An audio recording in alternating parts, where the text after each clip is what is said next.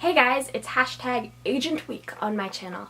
I have 3 different panels featuring really awesome agents talking about how to query, how to pitch an agent, and who you can and cannot trust when searching for an agent or a publisher in publishing. So since this week is all about how to get agented, I thought I'd talk to you about my experience pitching agents. When I was at Leviosa, I had the opportunity to pitch 4 different agents. I was and am in a weird predicament where my book is not completely finished. It's only partially done. I had the first act completed around winter, but then soon after that I got really sick and I spent most of the spring in and out of the hospital. So there wasn't much work done on my book in that time period. I was really hoping to have my book ready to query and pitch by Leviosa because I knew that we'd have agents there, but my health sort of changed the path for me. Here's a really important tip. You shouldn't pitch an unwritten book. So when I went to Leviosa, I wasn't planning on mentioning my book really much at all to the agents. I was just going to ask industry questions. But the more I interacted with people and the more people asked me about my book, as people will do at a writing convention, the more I got good feedback. Everyone who asked about my book idea really loved it when I told them about it. And so I started considering maybe bringing it up.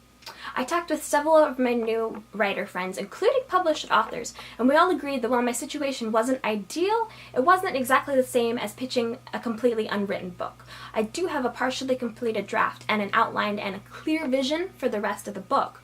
So I went into the pitch sessions not with the hope of landing a full manuscript request or anything, but to see who might be interested in me pitching when it's time for querying.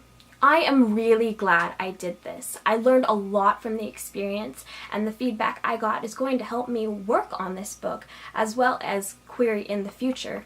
And 2 agents wanted to see more, so now I have a connection that might lift me out of the slush pile just a little bit. The first agent I pitched loved my book. She was really interested and excited to learn more. This is where making a connection really played in, because I'd been volunteering the entire convention and she'd seen me a lot before, and since we're also both mutual friends with one of the con directors, she knew enough about me to request my full manuscript, which is crazy. That's crazy. That was really a great start to my pitching sessions, and I'm really glad to have made that connection. The next agent I met with said no, but only because she already had a book with a similar premise. I asked about the novel, and our stories are completely different, but I'm not really upset about this because it makes sense for an agent not to take on a new client that has a similar idea as one of the previous clients. I don't think I would really enjoy that, and I definitely don't think her previous client would, because it puts both of the books at risk. Because if they were too similar, which they aren't really, then one book might sell and the other might not. This is a really good example of how an agent's rejection might be completely unrelated to the quality of your book. The 3rd agent I spoke with was the most critical, but I'm still glad that I met with her. She asked a lot of questions that seemed to be less about my story than my ability to write it. This really frustrated me because I'm very passionate about this idea and doing it correctly, and it never feels good to be doubted. But that's the thing, she was only doubting me. She wasn't doubting my story idea. In fact, she told me that I should probably drop one part of my pitch because the rest of it stood out enough on its own. Reflecting on this session, she never really said anything negative about my story idea. She just wanted to make sure that I was the right person to tell that story. So I'm really glad that I met with her because I worked on my pitch after that before I met with my final agent. And I'm really glad I did because making this session with the final agent successful was really important to me because I've admired this agent and clients on her list for a very long time. This agent's tastes, career history, and visions for books that she's already got out best aligned with my visions for this book and my career's future. So I was really hoping to make a good impression with this final agent. I didn't have a personal connection with this one the way I did the first, so I started our conversation by telling her how much I enjoyed several authors on her list. I even double-checked the night before to see if she'd added anyone new since the last time I checked, and she had. In fact, one of the authors that she represents wrote a book that I am using to build this story. I wasn't really trying to use my knowledge of her list as a segue in. I really wanted it to be clear that no matter what happened, I really admired her work and clients that she had worked with. No matter what, I wanted her to know that I was really grateful for the books that she'd helped champion. From there, I led into my pitch and I dropped the part that the third agent advised against. And she seemed really interested. She asked lots of questions about my story world and my character.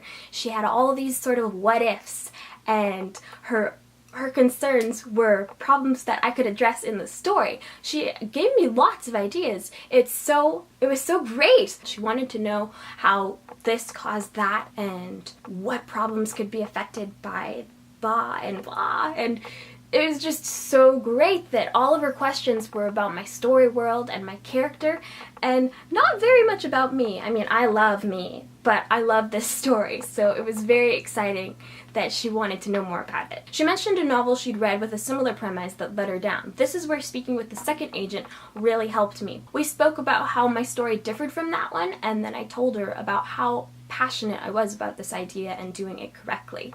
She even asked me questions I was nervous about and still seemed interested when I answered. Even after I told her about my health predicament, she still said that I could query her and mention that we met at this convention when I was ready. And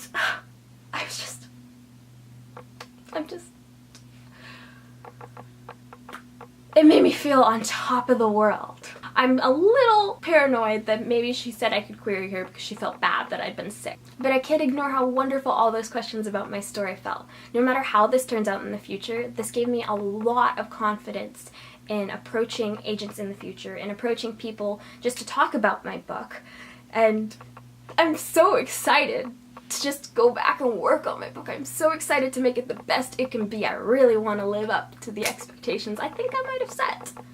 The day before I pitched, I actually ran the pitch sessions for other people, and I was honestly more scared handling other people's pitch sessions than my own. It's really not as scary as you build it up to be, and agents are real people. They just want to find a book that they love, that they can show other people so they can love it. I hope this video and the panels I have for you later this week help you best approach an agent, whether you're pitching or querying, and help you find someone who truly, truly loves your book. I'll see you soon.